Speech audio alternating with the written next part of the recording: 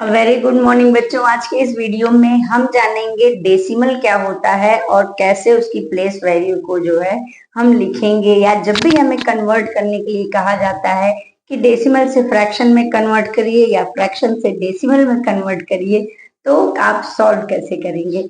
तो जिसके लिए हमें सबसे पहले समझना होता है कि डेसिमल की प्लेस वैल्यू जो है कैसे समझें। तो बोर्ड पर देखिए, सबसे पहले तो मैं आपको बता दूं कि इस डॉट को बोलते हैं डेसिमल। जब नंबर्स के बीच में कहीं पर ये डॉट लगा हो तो वो डेसिमल है।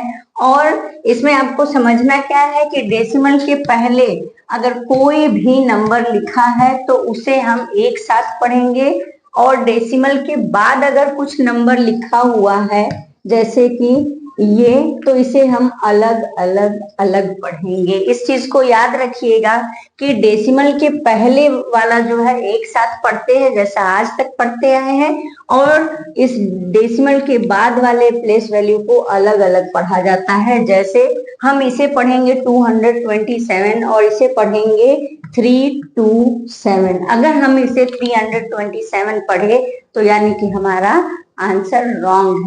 तो हमें समझना क्या है बच्चों कि डेसिमल के इधर आगे वाले नंबर्स की प्लेस वैल्यू चलती है वंस, टेंस, 100, 1000, 10,000, इस तरीके से जैसा कि आज तक हम लोग पढ़ते आए हैं, वंस, टेंस, 100, 1000, 10,000, लाख, 10 लाख, करोड़, 10 करोड़।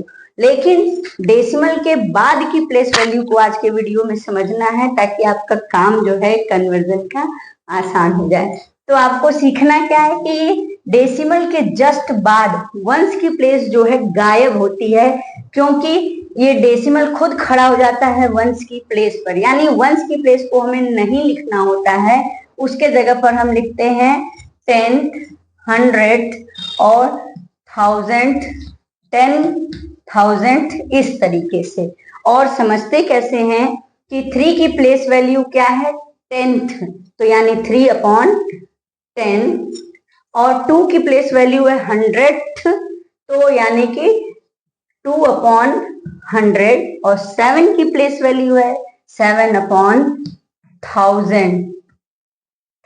तो आपको समझना क्या है कि डेसिमल के पहले के नंबर को एक साथ पढ़ेंगे जैसे आज तक पढ़ते आए हैं, और डेसिमल के बाद की प्लेस वैल्यू, जितना आप डेसिमल से दूर जाते हैं उतना ही जो है प्लेस वैल्यू जो है जीरो के साथ चेंज होती है। यानी कि अगर आप एक स्टेप जंप करें तो एक जीरो बढ़ा, 2 स्टेप जंप किए हैं तो 2 जीरो नीचे लिखेंगे, और 3 स्टेप्स जो है दूर जाएंगे तो 3 जीरो लिखेंगे, 4 स्टेप दूर जाएंगे तो नीचे जो है 1 के साथ 4 जीरो लगाएंगे। तो कुल मिला के आपको समझना क्या है कि अगर आप जो है डेसिमल के जस्ट 1 डिजिट बाद की प्लेस वैल्यू देखेंगे तो उसके नीचे आपको 1 के साथ 1 जीरो, और 2 स्टेप जंप किया है तो उस नंबर के नीचे जो है 1 के साथ 2 जीरो, और 3 स्टेप जंप किए हैं तो 1 के साथ 3 जीरो।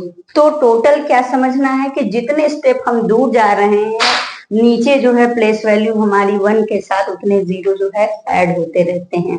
जैसे अगर हम एक एग्जांपल ले लें, गुड मॉर्निंग बच्चों, फटाफट जिसने भी चैनल को सब्सक्राइब नहीं किया है वो चैनल को सब्सक्राइब कर ले और बेल आइकन को प्रेस करके रखिए ताकि मैं जो भी वीडियो अपलोड करूं वो आप तक इजीली पहुंच सके। तो चलिए आज के इस वीडियो में हम जानेंगे कि किसी भी डेसिमल वाले नंबर को कैसे एक्सपेंडेड फॉर्म में लिखते हैं। और जिसने भी मेरा पिछला वीडियो ना देखा हो कि प्लेस वैल्यू कैसे समझते हैं डेसिमल में, तो वो वहां से जाकर देख ले।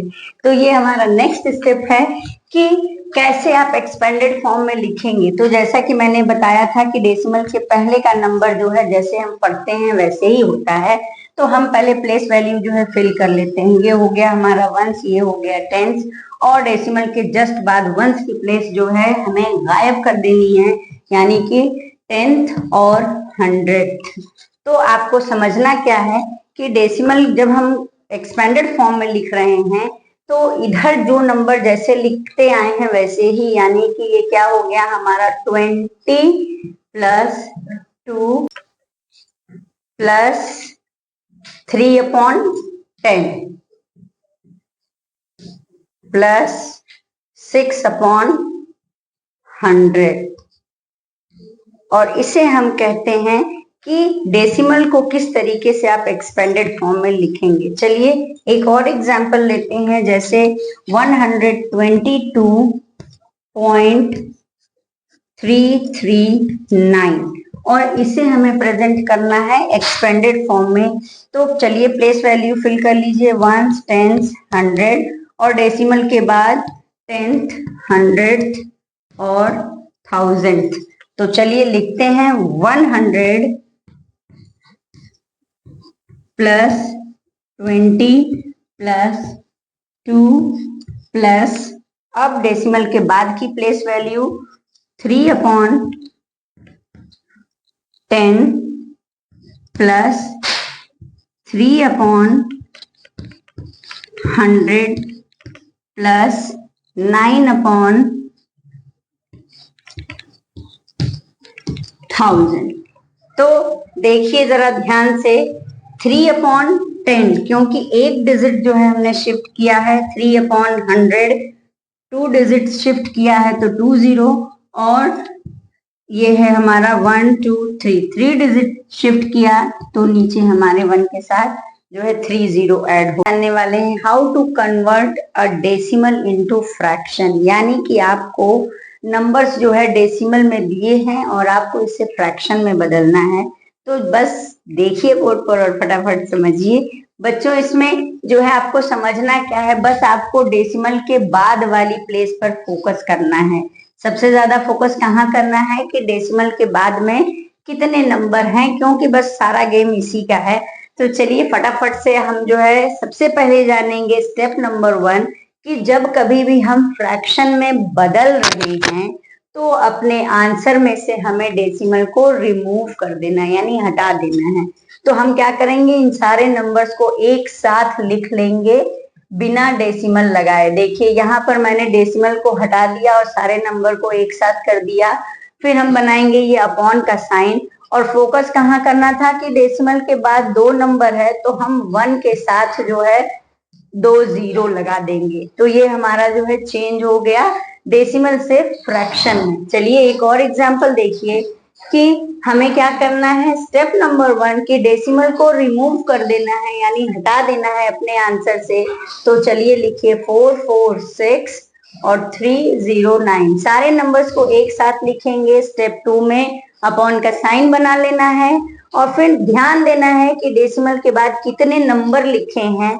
तो 1 2 3 नंबर है तो हम 1 के साथ जो है 30 लगा देंगे। चलिए फटाफट से देखिए एक और एग्जांपल कि कैसे जो है डेसिमल को हम फ्रैक्शन में चेंज करें। तो स्टेप नंबर 1 कि सारे नंबर्स को एक साथ लिख दीजिए यहाँ पर अपने आंसर में डेसिमल को रिमूव करके हटाकर, और स्टेप 2 अपॉन का साइन बनाइए और फिर ध्यान दीजिए कि डेसिमल के बाद में कितने नंबर्स लिखे हैं। तो 1 2 3, तो हम यहाँ पर 1 के साथ 30 लगा देंगे।